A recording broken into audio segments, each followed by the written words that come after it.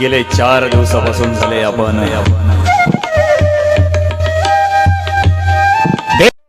धर्म सांभाळणाऱ्या आणि आयुष्याची राख रांगोळी करून घेणाऱ्या वडिलांचे स्वप्न हातावरती पेलणाऱ्या रात्रंदिवस संघर्ष करणाऱ्या राजनीती धुरंधर राजाधिराज छत्रपती शिवाजी राजांच्या जीवन चरित्राचं कथन आपण इथे ऐकत आहोत, करत आहोत मंगलमय वातावरणामध्ये। खरंच माझ्या छत्रपती शिवाजी राजासारखा पुन्हा राजा होणे नाही।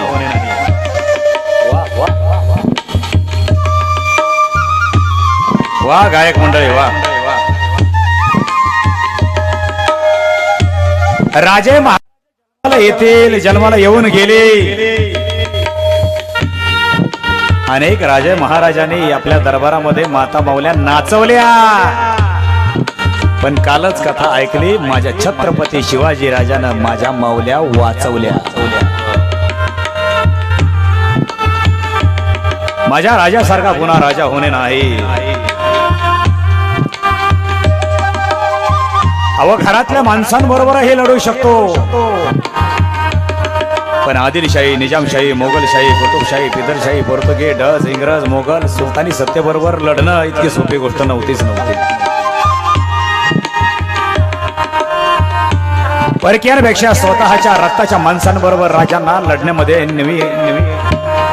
निम आयुष्य झुंज करावं लागलं, खर्च करावं लागलं।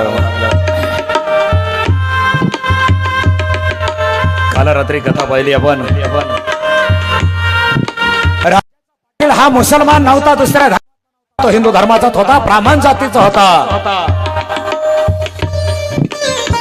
पण नाही माझ्या माय माऊलीच्या पदराकडे एखाद्याने वाकडी नजर करून पाहिली तर उद्या त्याचाही कोणाचाही चौरंगाच होणार। मग अगदी ती गलती स्वतः शिवाजी राजांकडून जरी झाली तरी शिवाजी राजे म्हणायचे तोच चौरंगा आम्ही आमचा देखील करू। ही ताकद वेगळी। राजे शहाजी राजांनी खासे माणसं आता बंगळुरूहून पाठवले होते। स्वराज्य गोमट होऊ लागलं। आयुष्यामध्ये कुठलंही काम करायचं म्हटलं की प्रत्येक गोष्टीचं नियोजन असायला हवं। वा वा वा वा। आमच्या कलाकारांसाठी जरा जोरदार टाळी वाजवा प्लीज। विजय सर, तुम्ही म्हणत असाल शेलार महाराज एवढे बोलतात कसे? हे वाद्य आम्हाला बोलतं करतात आणि हे कलाकार आम्हाला बोलते करतात। आमच्या या संघर्ष करणाऱ्या ऑल कलाकारांसाठी जोरदार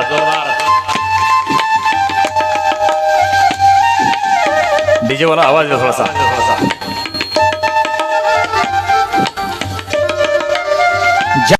ज्या कामाचं नियोजन केलं, वा वा, असाच राहू द्या आता शेवटपर्यंत। प्रत्येक कामाचं नियोजन हे तुमच्याकडे आणि एकदा का तुमच्या प्रत्येक कामाचं नियोजन चोख आणि परफेक्ट झालं की मग विजय मला तुमच्या गळ्यात। आमचे छत्रपती शिवाजी राजे म्हणतात, पंत काका प्रत्येक कामाचे नियोजन हे चोख असायला हवे। माझ्या छत्रपती शिवाजी राजाने 2च मिनिटात अफजल खान फाडला, फक्त 2।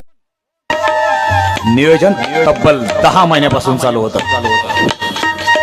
एखादा म्हणाल 2 मिनिटात अफजल खान फाडायचा होता तर 10 महिने संघर्ष करायचं कारण काय?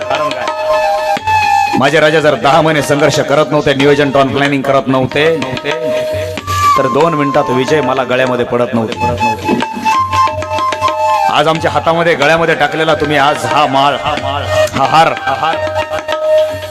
हा किती रुपयाचा आहे हे महत्वाचं नाही, पण ही जागा आम्हाला त्या जागेपर्यंत येण्यासाठी किती वर्षाचा संघर्ष करावा लागला हे आमच्या जीवाला माहिती।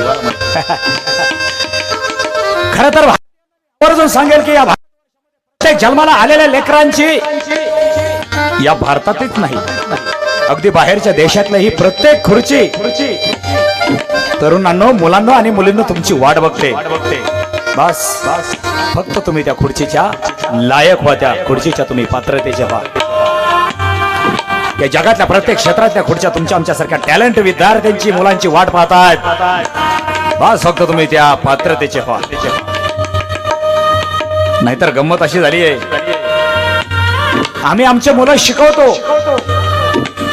काही काही ठिकाणी आम्ही कार्यक्रमाला जातो. विजय सर तुमच्यासारखे कार्यकर्ते आम्हाला चहा प्यायला घेऊन जातात घरी, आणि घरी गेल्यानंतर म्हणतात आम्हाला, महाराज महाराज आमचं एक पोरग युरोपला, एक पोरग थायलंडला आहे, एक फ्रान्सला आहे, एक शास्त्रज्ञ झाला, एक डॉक्टर झाला, एक लय मोठा तज्ञ झाला. बघा लाखोचं पॅकेज आहे त्यांना. येणं काय लेकरांचं होत नाही. खरं आहे तुमच्या लेकरांचं कौतुक आम्हालाही आहे. आणि तुमच्या रक्तातल्या लेकरांनी जन्माला यावं आणि तुमच्या लेकरांनी परदेशामध्ये नोकरी करण्यासाठी जावं ही अभिमानाची गोष्ट आहेच. पण तुमचा मुलगा या भारत मातेच्या रक्तात जन्माला आला, इथे मातीत जन्माला आला. त्याच्या बुद्धीचा उपयोग या भारत देशासाठी व्हायला हवा का दुसऱ्या देशासाठी व्हायला हवा? सोपं उदाहरण आहे. तुम्ही मुलगा जन्माला घातल्यानंतर तो कामात आल्यानंतर नुसता मुलगा जन्माला घालायचा आणि काम करायला लागल्यावर काय शेजाऱ्याच्या घरात सोडायचा का?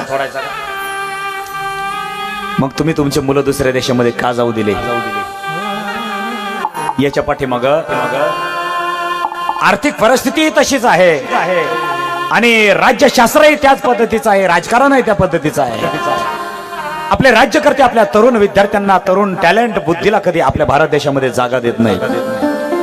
विजय सर आजही भारत देश विज्ञानाच्या बाबतीत बाहेरच्या देशांपेक्षा 50 वर्षांना विज्ञानानं हा आपला देश पाठीमाग आहे. आणि आजही आपल्या भारत देशापेक्षा बाकीचे देश विज्ञानाच्या बाबतीत 50 वर्षांना पुढे. याचं काय कारण? याचं काय कारण? बाहेरच्या देशामधले शास्त्रज्ञ जवळ 60 ते 70% शास्त्रज्ञ आपल्या भारत देशातले. आणि विजय सर मला सांगा, आपल्याच विद्यार्थ्यांना जर आपल्या भारत वाशियांना जर योग्य ती खुर्ची दिली, माझ्या छत्रपती शिवाजी राजांनी काल मी सांगितलं कशा मावळ्यांचं सिलेक्शन केलं, गुणवत्तेच्या जोरावर. अरे आरक्षण नाही. आज जर आपल्या राज्य शासनाने जर आपल्या प्रत्येक टॅलेंट विद्यार्थ्याचं, तरुणाचं जर बुद्धीचं सिलेक्शन योग्य जागेवर केलं तर आपल्या लेकरांच्या बुद्धीचा उपयोग दुसऱ्या देशाला होण्यापेक्षा, दुसऱ्या देशाने 50 वर्ष आपल्यापेक्षा पुढे जाण्यापेक्षा आपला भारत देश 50 वर्ष पाठीमागं नाही, 50,000 वर्ष बाहेरच्या देशापेक्षा पुढे जाईल. ही ताकद आपल्या तरुणांच्या मस्तकामध्ये. पण आपले माणसं आपल्या माणसाला जागा देत नाहीत. हे दुर्भाग्य. इंदोरला एक घटना घडली. व्हॉट्सअपला मला आलं होतं, युट्यूबला वगैरे ढळकलं बातम्याला. मुलं परदेशामध्ये शिकायला होती. बापाचा 1 महिना झाला देह घरामध्ये सडला 30 दिवसापासून, आणि 20 दिवसापासून आईचा देह घरामध्ये सडला. अक्षरशः त्या देहामध्ये किडे मकोडे पडले, वास येऊ लागला, दुर्गंधी येऊ लागली. नंतर महानगरपालिका आली आणि वाळलेला पापोडा तो सापळा उचलला आणि नंतर तिकडे पटांगणात नेऊन जाळला. इतिहास काय तर त्यांचे मुलं दुसऱ्या देशामध्ये. अरे आम्ही काय शिकवलं? अरे काय आमच्या लेकरांना काय शिकवलं? स्वामी विवेकानंद अमेरिकेच्या व्यासपीठावरती गेले, शिकागोच्या धर्म परिषदेमध्ये. स्वामीजींना काही मिनिटाचं भाषण केलं. स्वामीजींचं भाषण झालं. स्वामीजींचं भाषण झाल्यानंतर कोणीतरी आला आणि स्वामीजींना विनंती करून बोलू लागला.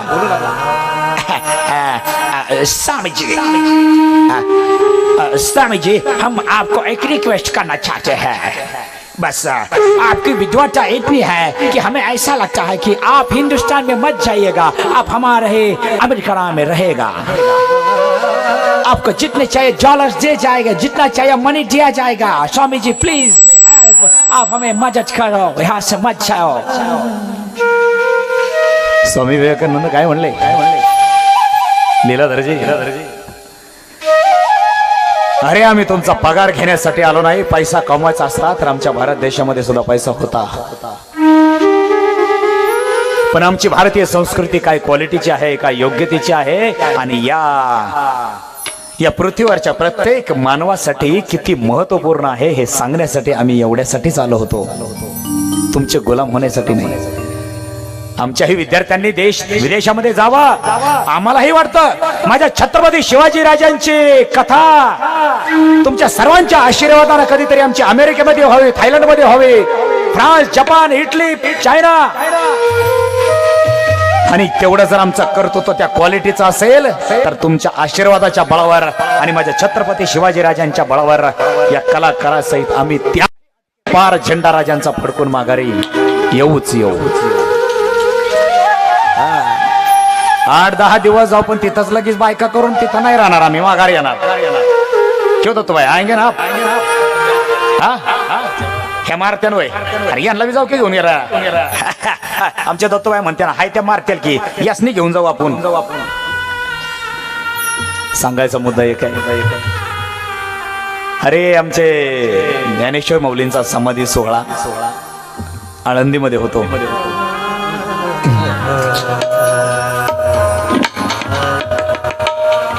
बाहेरच्या देशातले शास्त्रज्ञ ज्ञानेश्वरी डोक्यावर घेऊन फिरायचे. दत्तूबाई ज्या दिवशी आमच्या आळंदीमध्ये संत श्री ज्ञानेश्वर माऊलीचा समाधी सोहळा चालायचा ना, त्याच वक्ताला बाहेरच्या देशातले शास्त्रज्ञ डोक्यावरती ज्ञानेश्वरी घेऊन मिरायचे, मिरवणूक काढायचे. गावातल्या रस्त्यावरच्या लोकांनी त्यांना विचारलं, एवढे टॅलेंट, एवढे विज्ञानाला जन्माला घालेले माणसं आणि कोणत्या पुस्तकाला डोक्यावर घेऊन नाचतात? त्यांनी कोणीतरी विचारलं, डोक्यावर काय घेऊन नाचताय? त्यांनी सांगितलं ज्ञानेश्वर.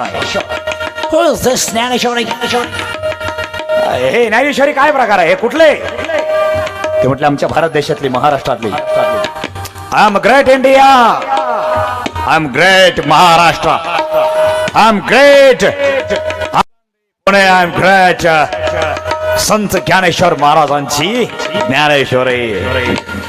अरे आज जर तुम्ही 50 वर्षांना विज्ञानाच्या बाबतीत जर पुढे असाल तर याच्या पाठीमागे सगळ्यात मोठा सिंहाचा मोठ्या ज्ञानेश्वरीचा. म्हणून अखंड हिंदुस्थानाला आम्हाला सांगावं असं वाटतं,